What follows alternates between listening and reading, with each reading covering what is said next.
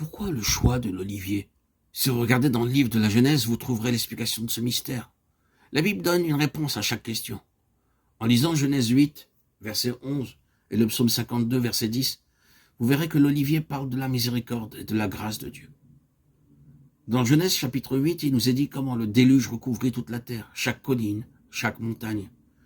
Il nous parle du jugement de Dieu et de sa colère terrible, parce que le péché s'était multiplié, que l'imagination et les pensées de l'homme étaient continuellement tournées vers le mal. Genèse 6, 5. C'est pourquoi Dieu envoya le déluge pour détruire toute la terre, sans aucun espoir pour l'homme. L'eau que Noé voyait partout lui enseignait cette leçon. Mais un matin, une colombe lui apporta dans son bec une petite feuille d'olivier. Il se demandait sûrement quelle sera maintenant la condition terrestre alors que toute la terre est détruite. Les maisons sont écroulées et que tous les hommes sont morts. Mais la colombe vint avec une petite feuille dans son bec et cette minuscule feuille d'olivier apporta à Noé une joie nouvelle et un espoir nouveau. Il comprit la miséricorde de Dieu d'une nouvelle manière. Bien que Dieu ait jugé la terre, la nature même de Dieu, sa miséricorde et sa grâce ne pouvaient pas changer. Dieu peut nous punir et nous juger, cependant il nous aime. Il hait le péché, mais il aime le pécheur. Ainsi, la feuille d'olivier est le symbole de la miséricorde de Dieu. À côté du chandelier d'or, il y avait 2 oliviers. À travers eux, Dieu disait à Zacharie, « Va et proclame mon message de grâce partout.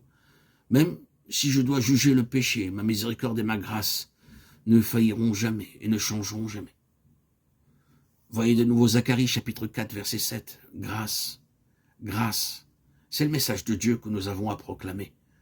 Nous devons aller témoigner de la grâce de Dieu. Par cette vision, Zacharie fut grandement encouragé. Dieu lui révélait que son temple serait reconstruit. Au temps de Nebuchadnezzar, Jérusalem fut ruinée. Depuis lors, le temple resta détruit dans la désolation à cause des jugements de Dieu sur son peuple pécheur. Zacharie avait vu les ruines de la maison de Dieu et se demandait comment pourrais-je construire un tel édifice moi-même.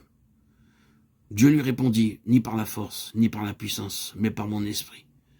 Dieu disait, ne va vers aucun roi, ni aucun homme riche, ne mendie pas d'argent.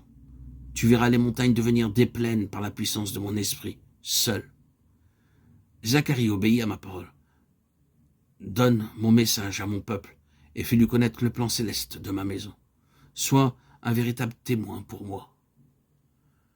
Ce que Dieu a révélé doit être déclaré, ce que Dieu a montré doit être transmis au peuple. Ce fut au commencement de l'Église, le ministère des apôtres. Nous nous souvenons comment dans Actes chapitre 4, versets 18 à 21, ceux-ci furent conduits ensemble devant le Sanhédrin, où il leur fut interdit de mentionner le nom du Seigneur Jésus-Christ sous peine de punition et de prison. Mais les apôtres dirent, nous ne pouvons pas ne pas parler des choses que nous avons vues et entendues.